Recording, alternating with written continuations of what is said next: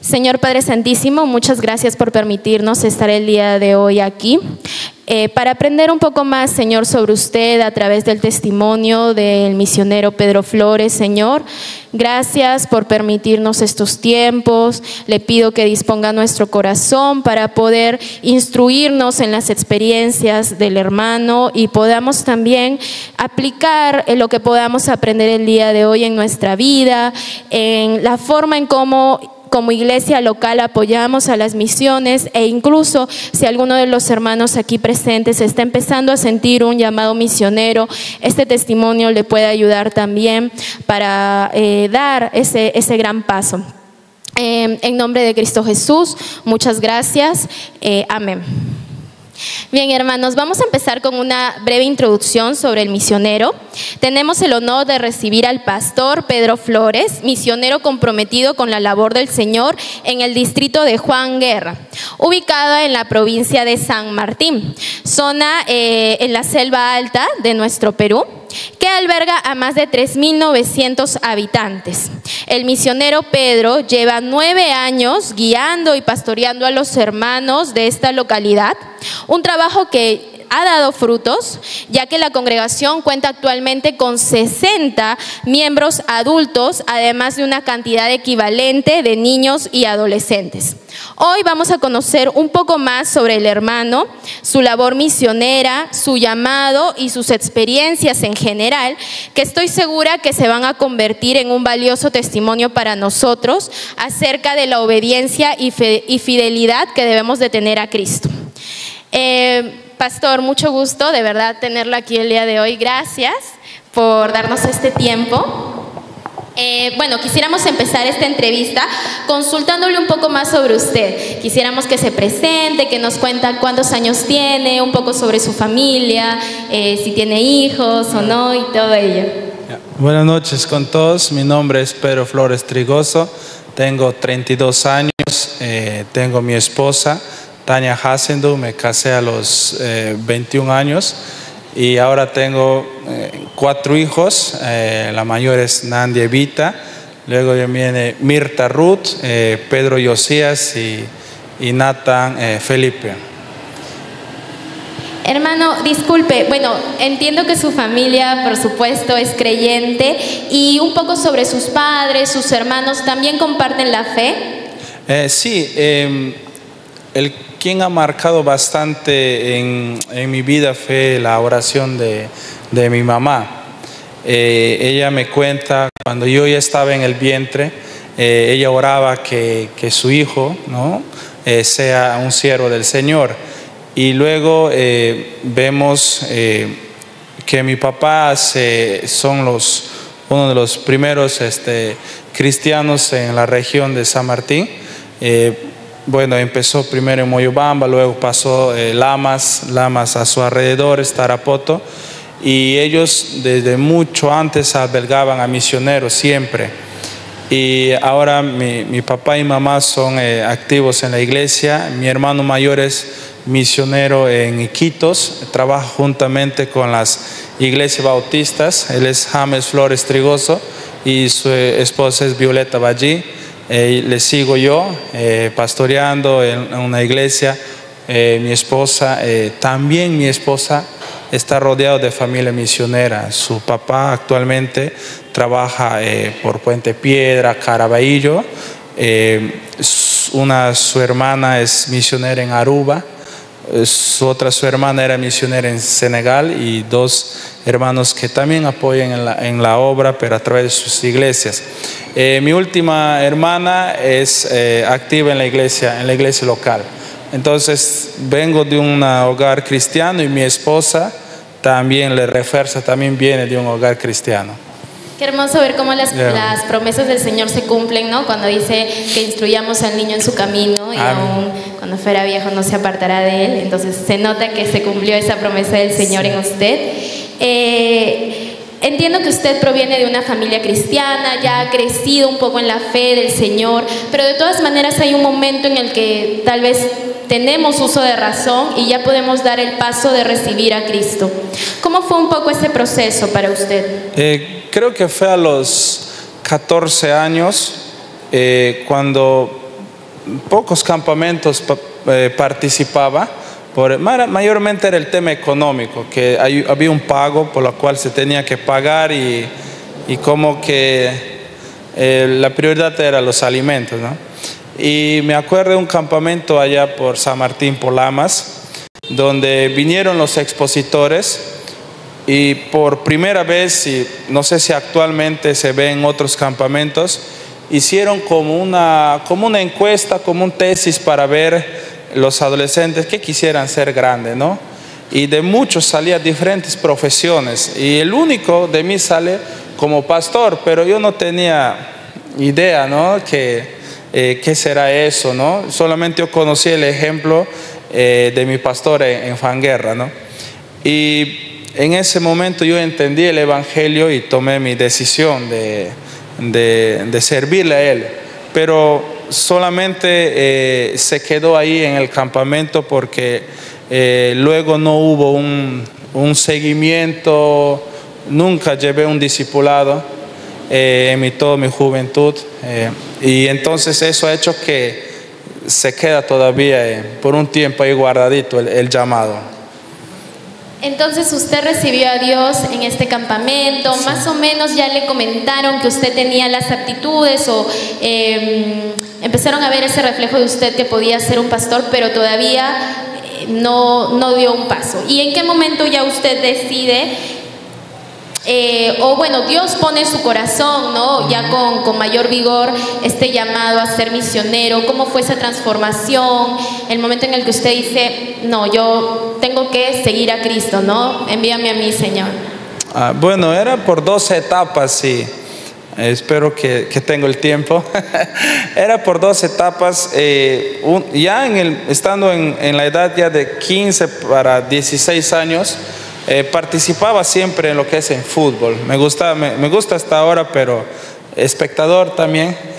Pero nos fuimos a jugar fútbol en un pueblo muy cercano a Fanguerra, que es Chapaja. En ese tiempo no había pista y ahí es muy común andar en camionetas, ¿no? Un 4x4 y atrás te pueden ir 20, 30 niños parados y normal puedes andar por la selva, ¿no?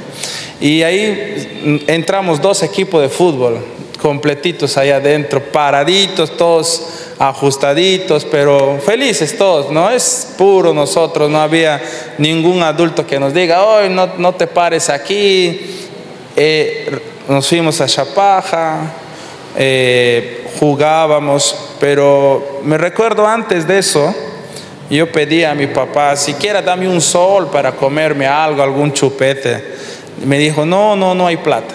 Entonces yo salí de mi casa al colegio para tomar la camioneta para ir a Chapaja, muy molesto. Pero mi mamá y mi papá estaban preocupados por mí. No, Pedro se fue casi toda la mañana y no llevó nada. Y mi mamá siempre oraba por mí. Y entonces nos fuimos a Chapaja, empezamos a jugar y de regreso subimos todos a la camioneta, los 2 equipos de fútbol, y regresando se rompe el freno de la camioneta. Y teníamos que, en la selva cuando se unen 2 ríos, en este caso el río Mayo y el río Guayaga, es unión, nosotros lo llamamos la boca, ¿no? La boca del río. Y ahí hace remolinos y es profundidad, ¿no? Porque se unen 2. Y la camioneta iba a esa dirección. Pero yo no sé en qué momento, cuando la camioneta se inclinar a la izquierda en 2 llantas, luego inclinarse a la derecha en 2 llantas, porque atrás llevaba mucho peso, muchos niños gritando, no sabíamos qué pasaba, porque primero pensábamos que la camioneta despertó porque metió velocidad, pero entendíamos que el freno se rompió. Y yo salí, se podría decir, volando, ¿no? Salí y me fui a pararme a 20 metros del accidente. Yo estaba paradito, sin ningún dolor, y eso era mi sorpresa, que me caí parado. Y yo no entendía nada y yo miraba cómo el carro revolcaba, ¿no? Y los niños amontonados, algunos en los árboles colgados. Y todo era un laberinto en ese momento, era una desesperación. La información llegó a Fanguerra, los padres lloraban, no sabían de los niños. Pero yo regreso y me presento, pues, ¿no? Y mi mamá se cae a llorar a gritos, ¿no? Y le empiezo a explicar y me dice, ¿a qué horas fue? Me dice, fue hace media hora. Yo justo en ese momento estaba orando por ti, me dice. Entonces ahí yo entendí que nuevamente que el Señor me está llamando para la obra. Y recordé la decisión que hice a los 14 años. Entonces yo dije, Señor, quiero servirte. Y mi única forma en ese momento de pensar es, quiero ir a Estados Unidos a repartir folletos. O sea, para mí hacer la obra era en Estados Unidos, porque siempre nos visitaban misioneros de Estados Unidos, se conocía mucho eso, ¿no? Entonces luego pasó buen tiempo, decidí venir a Lima por la invitación de unos familiares. Me dijeron, ¿sabes qué, Pedro? Si deseas ir a Lima, hay una oportunidad, pero antes de eso voy a estar un tiempo en Juan Guerra. Eso era la persona quien me iba a traer. Entonces él decide comprar nuestra casa y como no ha comprado buen precio, nos dice, bueno, yo lo llevo a Pedro a Lima para que él estudie, yo lo hago estudiar ahí. Y él tiene institutos, no sé si hasta ahora tiene, pero es muy reconocido institutos en Lima. Y él me lleva, me trae. Entonces, en ese tiempo, viviendo con él año y medio, no me pagaba ni un sol. Estaba administrando lo que es almacenes, envíos a provincia, atendía a los clientes en las instituciones, vendía libros, todo. Hasta que dije un día, ¿sabes qué? Hasta acá nomás. Pero él me dijo, ¿cómo es posible que te vas a ir? Yo tenía en ese tiempo 18 años, tú en Lima te vas a morir. ¿Qué sabes tú de Lima? Me dice. No, hasta acá nomás. Y me botó a la calle con mi maleta, sin ni un sol en el bolsillo y no sabía qué hacer. Estaba entre Petituar y Rizo. Ahí me botó a la calle. Mi hermano estaba, terminando un periodo para ser misionero. Él viene, me dice, yo molesto con él, tú misionero, y vienes a rescatarme, yo no quiero saber de nada. Me dice, pero no te molestes conmigo, yo no te hice nada. Y entonces él me llevó a su instituto de BCM en ese momento por Lurín. Y ahí estaba yo muy molesto, después de año y medio, moverme por diferentes lugares, comer en los mejores restaurantes, comer en lo que es tema de rústica. Me metí en todo, pero era una vida muy, muy vacía, ¿no? Entonces, en esa búsqueda, un primo me dice, vamos a Caraballo. En ese tiempo, el segundo gobierno de Alan García estaba haciendo obras ahí. Y me metí en tema de seguridad para cuidar los reservorios, todo. Trabajaba con muchos militares, ellos me enseñaban, hoy tú eres de la selva, tienes que avivarte un poco acá, me decía. Y estaba muy molesto estaba después de año y medio. Y en medio de esa actividad, entonces empecé a querer conocer. Estoy hablando 9 años más casi 3 años, algo de 11, 12, 13 años atrás estaba trabajando en Caraballo y ahí empecé a conocer qué es la hinchada de la U, qué es la hinchada de la Alianza, cómo entre ellos se saludan, cómo entre ellos.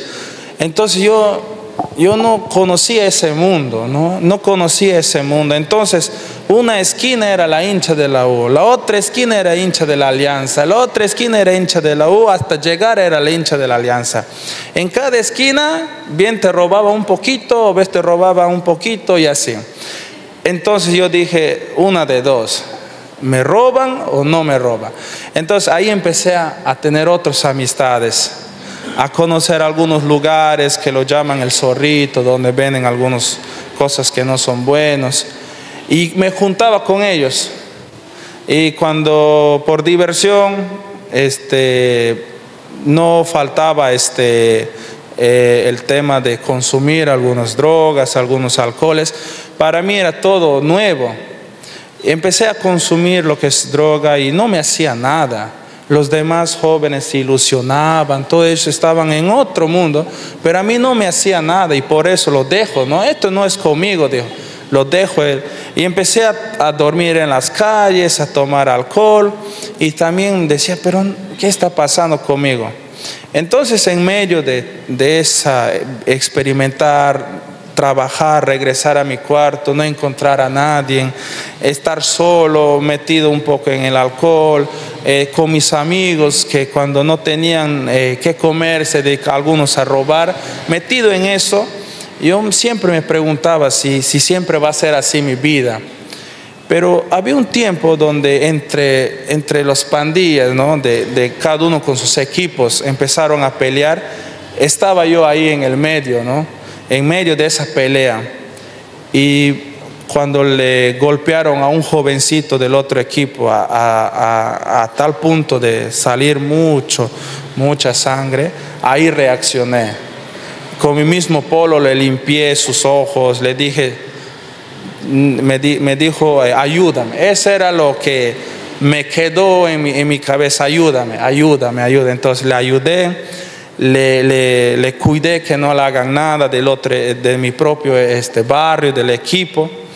Y regresé ese día muy desvanecida a mi trabajo, y estaba con sangre, lavaba, y me estaba pensando, todo el día no tenía ganas de comer, no tenía nada ganas pensando, y regreso a mi cuarto y doblo mi rodilla. Señor, hasta acá nomás, con esta vida quiero servirte. Y yo no sabía, no había nadie en mi lado quien me aconseja, me disipula, me diga haga este paso, o vete al seminario, o congrega acá. Nada, absolutamente no había nadie en ese momento guiando. Entonces yo me voy a unos ingenieros que estaban haciendo la obra, les cuento, yo no quiero ya esta vida, quiero servir al Señor. Y uno de ellos dice, ¿sabes qué, Pedro? Si vas a ir, nunca más regresas a esta zona. Vete y nunca más regresas. Entonces eso me dijo, yo vendí todas mis cositas, agarré una mochilita, la única ropa, y me metí al seminario en ese momento BSM. Y de ese momento hasta ahora estoy sirviendo al Señor. ¿Qué experiencia? Sí, gloria a Dios. ¿Qué experiencia tan fuerte, ¿no? Todo lo que usted llegó a vivir ya después de haber conocido a Cristo, para poder servirlo. Y a veces nos pasa, ¿no? Nos pasa a todos, a veces nos perdemos en nuestra humanidad, pero creo que Dios siempre está ahí para rescatarnos y pone el Espíritu Santo en nosotros para regresar a Él. Y creo que esta experiencia también le va a servir a muchos de nuestros adolescentes, de nuestros niños, que a veces están expuestos a estas cosas, para que sepan, ¿no? que Dios de todo nos puede rescatar y que tenemos la oportunidad siempre de seguirlo. Gracias, pastor. Justo usted nos comenta que ya en ese momento decide meterse al seminario, empezar a estudiar para ser misionero. ¿Nos puede contar un poco sobre ello? Y más que todo, ¿cuán importante cree usted que es instruirse para poder servir al Señor, ¿no? en estas posiciones? Sí, cuando ya estaba en el seminario trabajando, apoyando en campamentos, a veces apoyaba campamentos por un mes seguido, ¿no? Se descansaba solamente sábado y domingo.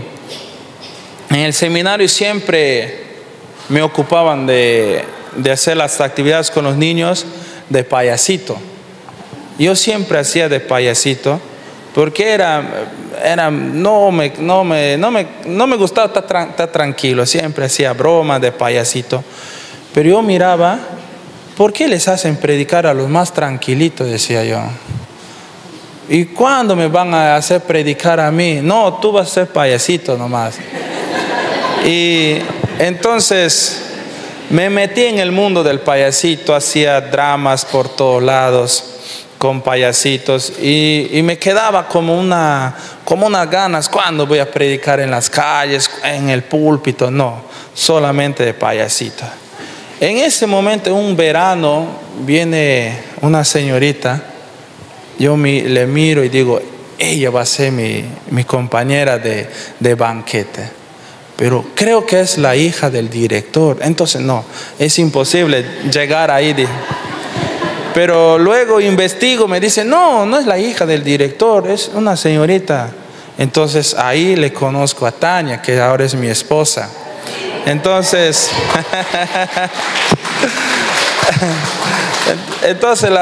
dije, no voy a perder esta oportunidad. Les comenté a mis compañeros de cuarto, mira, yo quiero que ella sea mi compañera de banquete, no estén intentando, por favor. No están intentando, ¿no? Y entonces, y empezamos a conocernos con ella, pero para ese encuentro, ella no entendía qué es banquete, ella pensaba que se baila, que se toma un poco de vino. Y yo tratando de explicarle a través de un traductor, utilizaba yo a alguien que sabe inglés. Yo le decía unas pequeñas palabras, él empezó a hablar un montón de cosas en inglés, pero yo le miraba, yo decía, me está sacando la vuelta, le decía. Porque empezó a explicar muchas cosas en inglés. Yo decía, yo digo, ¿va a querer o no va a querer? Decía, no, total, estaban explicando. Y luego en ese día fue que marcó bastante la historia en mi vida. Entonces ella entendió, ¿no? Entendió que el Señor también está poniendo eso en su corazón, de avanzar más en el tema del enamoramiento. Y ella misma, estando ahí, me dice, mira, si tú deseas estudiar más para pastor, tenemos que buscar otro seminario, porque no te veo que puedes desarrollarte acá. Y yo dije, gracias, empezamos a orar. Y en esa búsqueda había varios consejos de diferentes pastores guiándonos al seminario bíblico bautista. Entonces yo no sabía cómo era la forma de vestirnos. Yo me vestía como los que usan las motos de Harley Davidson, con mi chalequito, con mi bandana, con mi cross, con mi polo anaranjado. Y ella como una señorita que va a postular, que se va a presentar a una conversación con el rector del seminario. Y ella me mira, que no es posible así que va así, pero yo soy así, me decía. Yo no entendía, yo vengo de un trasfondo muy diferente. Entonces me asomo al muro y veo a los estudiantes con su camisita, la corbatita. Señor, decía yo, me miro así y no sabía qué hacer. No saqué la bandana que estaba acá, traté de alistarme, pero ya era tarde. Entonces me presenté, y lo que marcó en mi historia fue agradezco mucho al pastor Oliver Williams.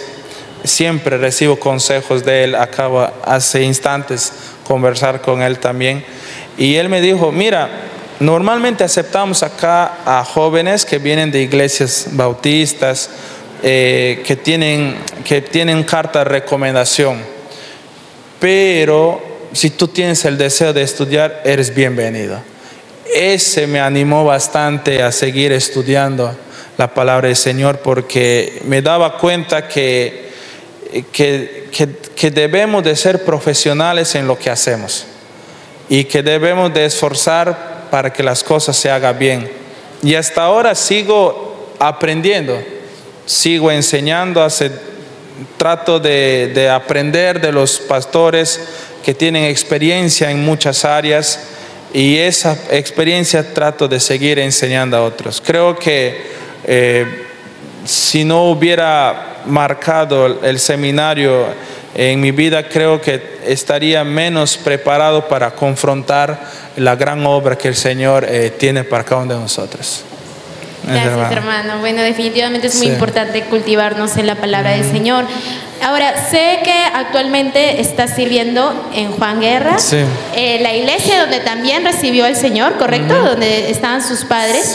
¿Nos puede contar un poco cómo llegó nuevamente, después de toda esta travesía que nos ha contado, de regreso ahí a servir? Sí, cuando ya estaba en el tercer año, ya por finalizar mis estudios en el seminario, hemos tenido la invitación de una misionera holandesa de ir por Urubamba y de poder aperturar entre 4 o 5 clubes bíblicos. Un club bíblico era más de 2.000, 3.000 de altura, que era que hablaban algunos quechua. Entonces para nosotros fue emocionante eso de ayudar a aperturar, a hacer clubes bíblicos, y en todas esas actividades que estábamos como 15 días, y empezamos a analizar si el Señor nos está llamando por esta zona, y mirábamos muchas cosas buenas. Había muchos extranjeros, era el clima ideal para una holandesa que viene de un clima totalmente diferente a la selva. Había más misioneros con experiencia, el ambiente es muy hermoso, los paisajes. Entonces estábamos como que inclinándonos más, y mi esposa no quería ir a la selva por el trato o la conversación, la forma de pensar a veces no cuadra.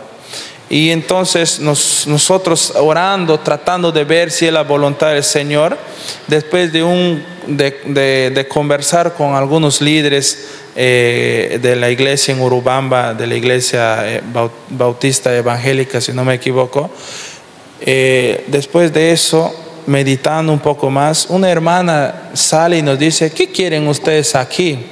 Ustedes son de la selva, vayan a la selva. Pedro tiene que aprender quechua, usted tiene que aprender quechua, no, mejor váyanse a la selva.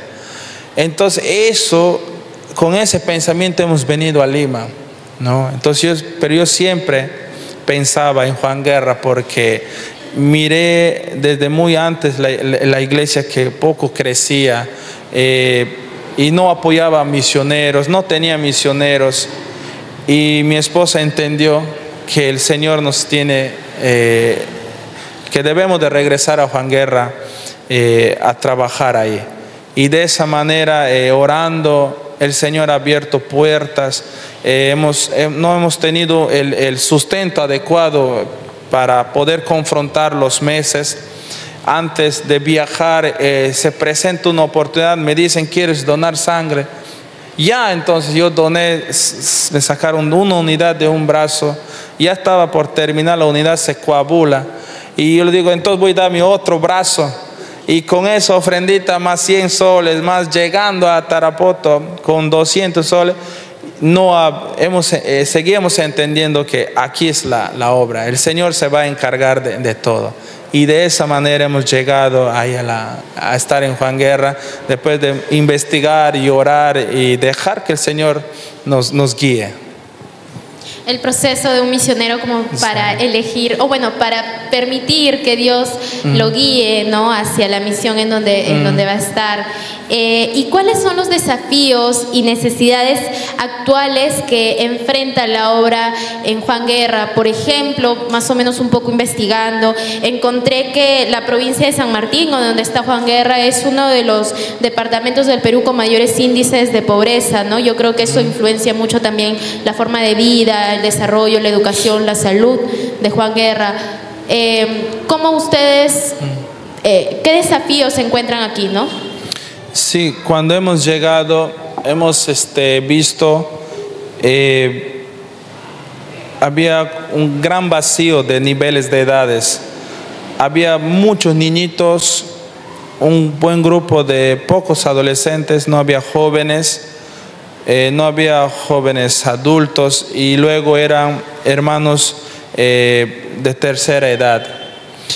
Y entonces hemos llegado, hemos presentado el plan del Señor, pero nos hemos dado cuenta que no había maestra de escuela dominical, no había un ministerio de alabanzas, no teníamos líderes. los documentos del terreno no estaban en orden. Hemos visto que el testimonio de la iglesia ya estaba pisoteado porque 2 veces tuvo separación de miembros. La gente no quería saber nada del evangelio. Entonces, toda esa escena que hemos podido ver, hemos entendido que no va a ser fácil. Aquí hay mucho que hacer, pero el llamado que el Señor hemos entendido es estar en Juan Guerra, y esto es parte del desafío. Entonces hemos visto que para invertir en la obra misionera también se necesitaba de poder levantar ofrendas. Me acuerdo que la iglesia empezó ofrendándonos con el máximo era 100 soles al mes. Y dije, hermano, no se preocupe, está bien. Gracias al Señor, en ese momento ya la iglesia de Pro ya estaba con nosotros, y algunos hermanos de otros lugares daban de acuerdo a sus posibilidades. En ese tiempo también el misionero Roosevelt ermitaño también nos estaba apoyando.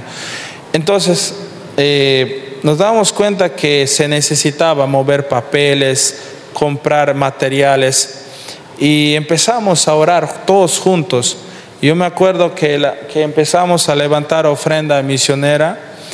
Una hermanita que tenía su pensión 65, reciben a 2 meses, creo, una vez, en una bolsita así, tamaño de chupete, me da, pastor, este es mi aporte. Entonces yo lo miré, dije, ya, así vamos a empezar. Señor, tú te encargas, somos acá siervos tuyos. Y así empezaron a entender. Filipenses 4:20 es un versículo que me impacta. A veces nosotros podemos decir, no tengo, pero ese versículo me ha enseñado a orar para que Dios provee centralmente para la obra misionera. Entonces empezamos a orar así: Señor, abre puertas, un trabajo o de alguna forma, ¿cómo puedo recibir esa ofrenda para invertir en la obra misionera? Y nos damos cuenta que no teníamos profesionales, ¿quién me pueda apoyar en documentos? Dije, Señor, vamos a apoyar a los jóvenes en sus universidades. Entonces hemos levantado fondos. Ahora estamos apoyando a un joven que está estudiando Derecho en la universidad, está activo en la iglesia. Una señorita acaba de terminar su enfermería y ya va a recibir su título. Ahora hay un joven que quiere estudiar psicología, y los 3 están involucrándose en la iglesia. Entonces, esos desafíos que no aprendí eso yo en el seminario, no aprendí cómo hacer documentos, no aprendí cómo hacer ciertas cosas. Lo que sí aprendí es que no me aparto de la palabra del Señor. Eso era lo importante, pero hay cosas prácticas que se necesitaba que alguien me aconsejara por cada área que se quería hacer. Y creo que gracias al Señor ahora podemos decir, y puede estar con ustedes, porque hay un grupo de hermanos que sí están haciendo la obra, porque ellos han entendido que la responsabilidad es de todos. Y el desafío que ahora actualmente estamos viendo en la congregación es de cómo guiar a los nuevos creyentes que están viniendo, porque el anhelo tanto es querer tener nuevos miembros, pero una vez que ya tenemos, cómo hacer que ellos crezcan. Entonces ahora estamos viendo ese tema de crecer en número, pero maduro, ¿no? Que sean cristianos maduros. Es una muy buena perspectiva, ¿no? No solamente esperar que la iglesia se llene, sino que realmente todos estén comprometidos con la obra del Señor. Y bien lo dice la palabra, ¿no? Y poderoso es Dios para hacer que abunde en vosotros toda gracia, ¿no? En 2 Corintios 9:8. Ahora, quisiera saber un poco cómo usted se mantiene espiritualmente fuerte y conectado a Dios mientras sirve en Juan Guerra, frente a todos estos desafíos, ¿no? En el momento en el que llegó, tal vez en el que las cosas eran más complicadas, ¿cómo encontró esa fortaleza? Bueno, personalmente hice ciertas reglas. Uno, tratar de no estar solo con alguna señorita. Tratar de no hacer las cosas solo por mi propia cuenta. Siempre llevar a un líder. Siempre tratar de hacer en grupo. Esos son unos principios que lo mantengo. Otro principio es de que después de mí hay miles. O sea, no soy el único y por lo tanto tengo que esforzarme siempre de ser un obrero aprobado y no pensar que yo lo puedo hacer y otros no. Y luego siempre trato de orar en cada momento.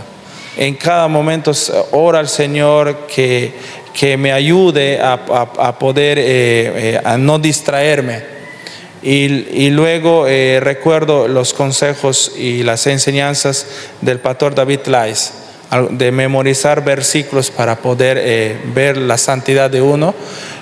Y también trato siempre de seguir estudiando, siempre de seguir estudiando y aprender para enseñar a otros. Entonces hay varios principios y también disfruto mucho más estudiando la Biblia. A veces alguien se pregunta, pero el pastor no hace bulla, me dice. Entonces yo cuando estoy más concentrado y trato de hacer eso, porque si no veo esos principios y mi esposa, algo que me ayuda mucho es que mi esposa sabe mis debilidades y ella me ayuda en oración y me ayuda que me pueda concentrar y poner límites.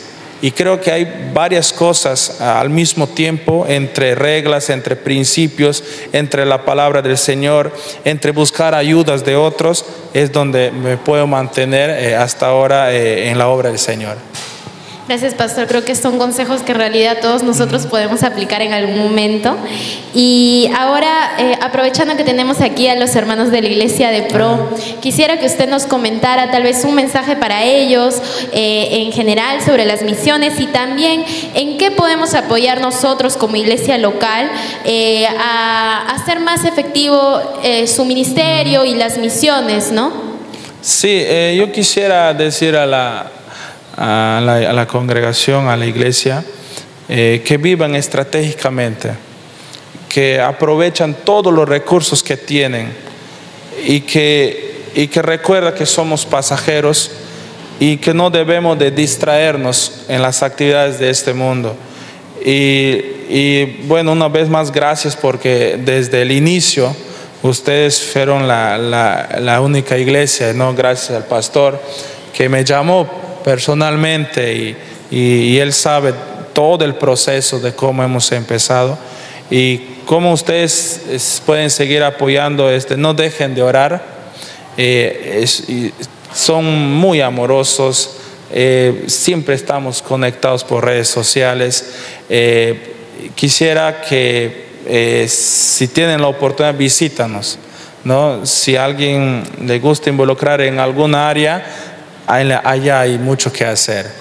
Y gracias por las ofrendas, que también es importante, igual que la oración, igual que el servicio. No han dejado ningún mes de apoyarnos, ¿no?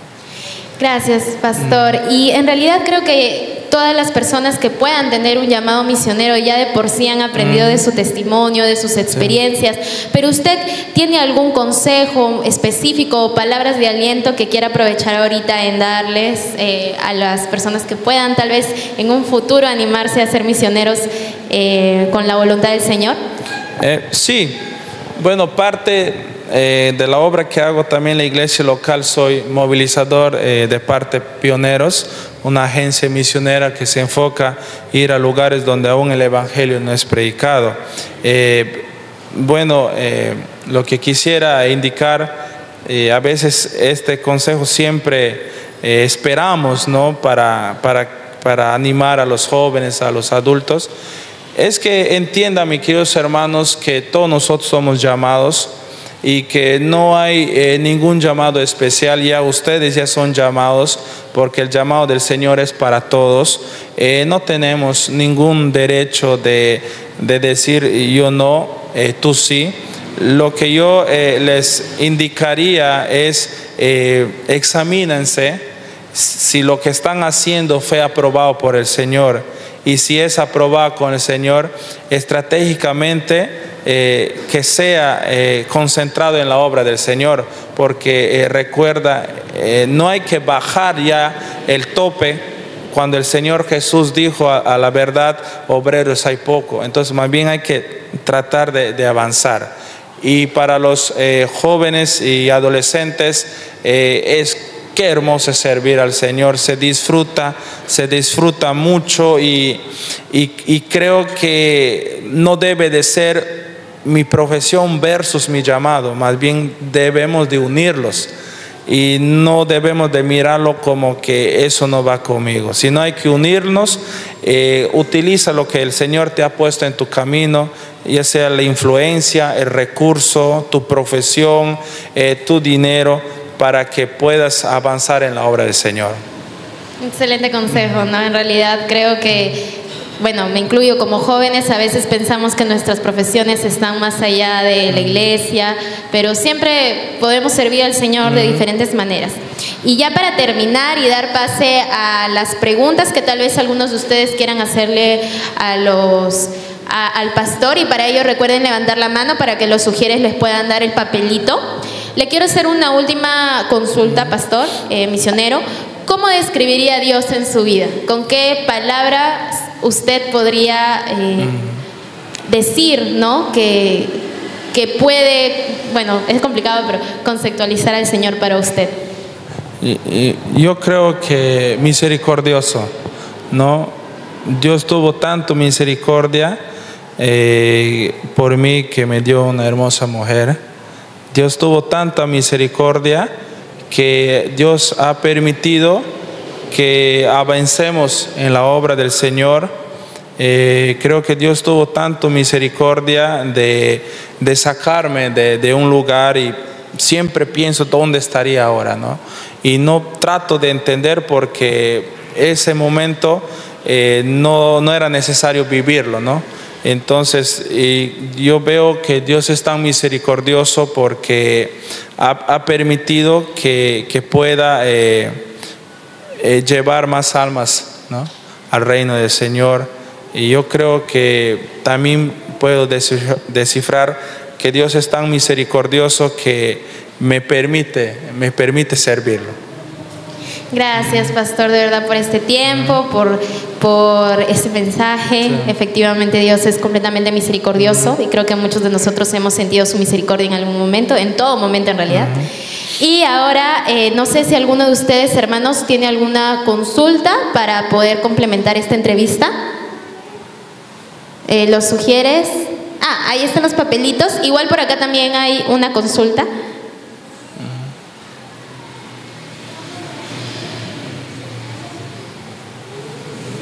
Ok, le vamos a dar unos minutos al hermano Arana para que pueda redactar su consulta, o ahí está, le va a dar su papelito. Bueno, con esta pregunta ya estaríamos cerrando.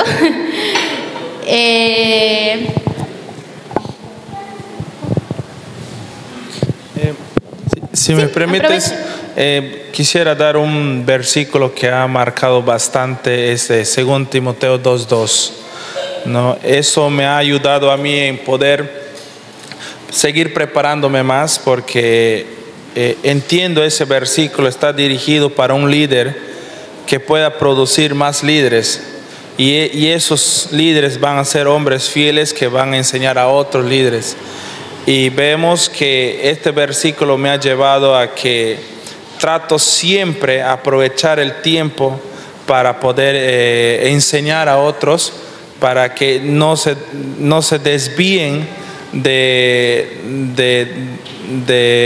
la obra del Señor, porque yo siempre les digo, mira, si tú ya has dado una canasta de alimento, ¿qué diferencia es dar? ¿Qué diferencia puede haber si Defensa Civil lo ha dado? O sea, no hay ninguna diferencia, pero tú marca una diferencia. Hágale entender que el quien ha dado no eres tú, ni la iglesia es Dios. Entonces eso me ayuda mucho este versículo. Siempre todo lo que hago es pensar en eso, en avanzar con personas específicas para que podamos ver que la obra se hace de una manera eficaz, con personas específicas. Muchas gracias, pastor. Eso creo que es bastante importante, siempre tenerlo en cuenta, no todo para el Señor, todo siempre pensando en el Señor y Él siendo nuestra prioridad. Y ahora sí, le voy a pedir que me pasen las preguntas. Creo que hay un par.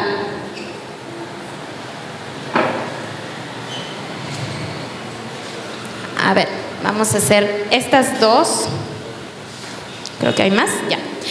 Primero, ¿cómo fue el proceso para seleccionar, acorde a la guía de Dios, a su equipo de trabajo? Por ejemplo, las personas que están en alabanza, en niños, al inicio en Juan Guerra, y cómo lo hace ahora. Dios lo bendiga, pastor. Ya. La forma que yo utilicé era pasar tiempo. Entonces yo empecé a identificar qué le gusta hacer a cada hermano.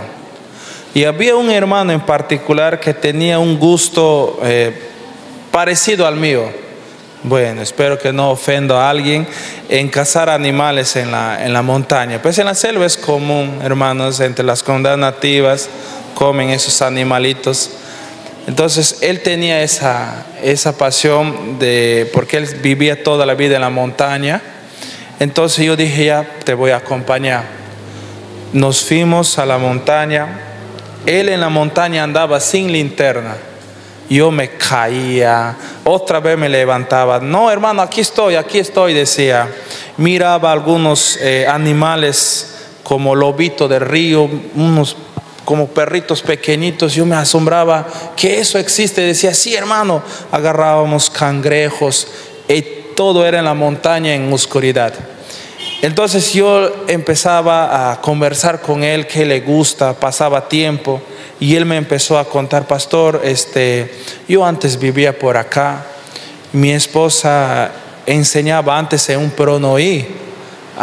Yo decía, aquí está mi maestra de escuela dominical. Él me empezó a contar. Y luego, pastor, yo antes miraba la obra misionera. Entonces yo me daba cuenta su fidelidad, su insistencia en querer hacer las cosas, su honestidad. Y miraba también a su esposa, como ella antes ya enseñaba en un pronoí. Entonces yo dije, ya tengo a un líder y ya también tengo una maestra de escuela dominical.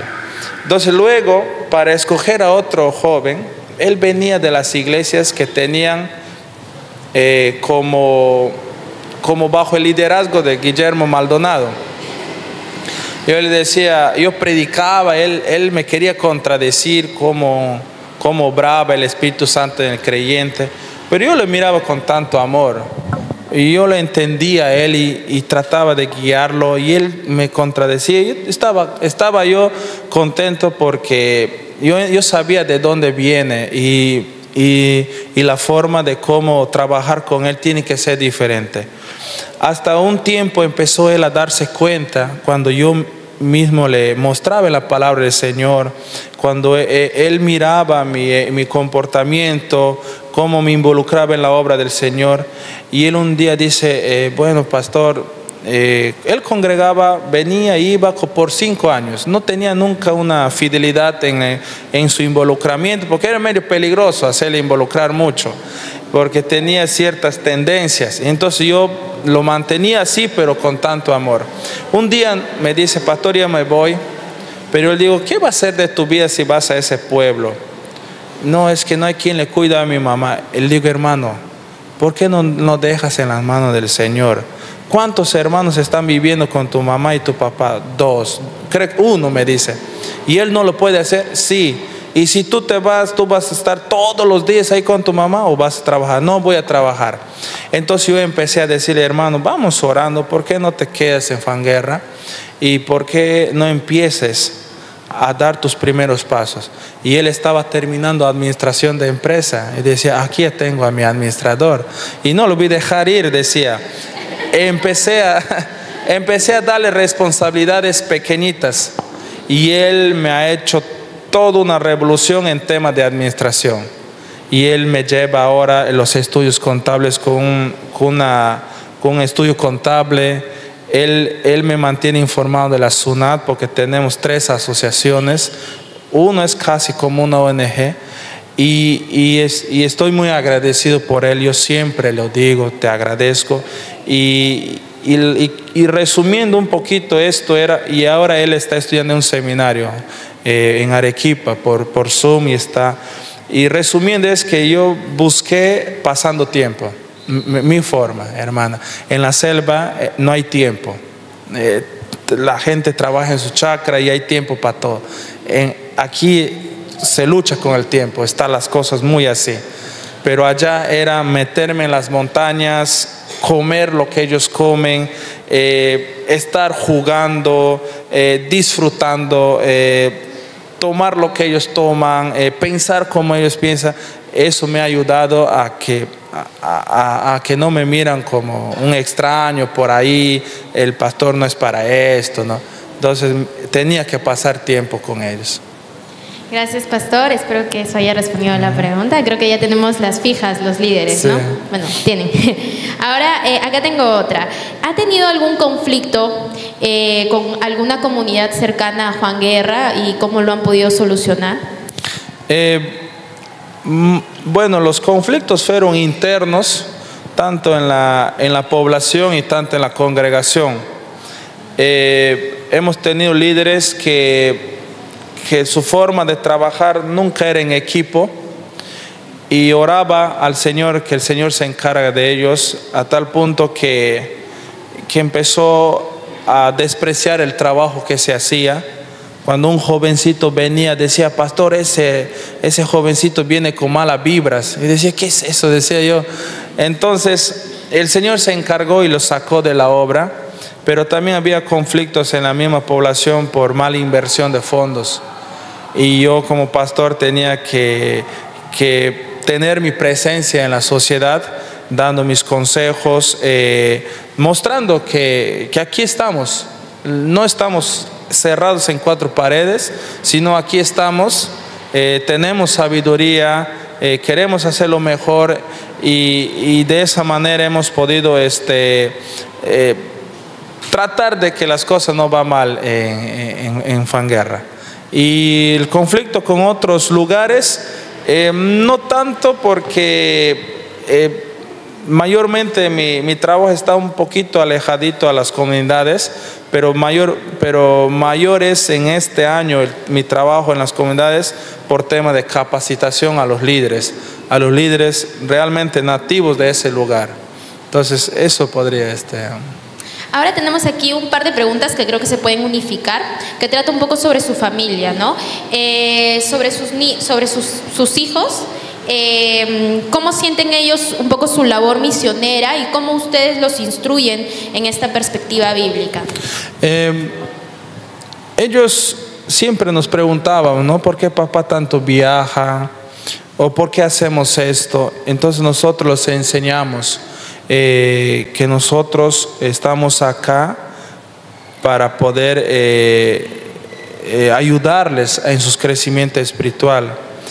Y nuestros hijos han podido ellos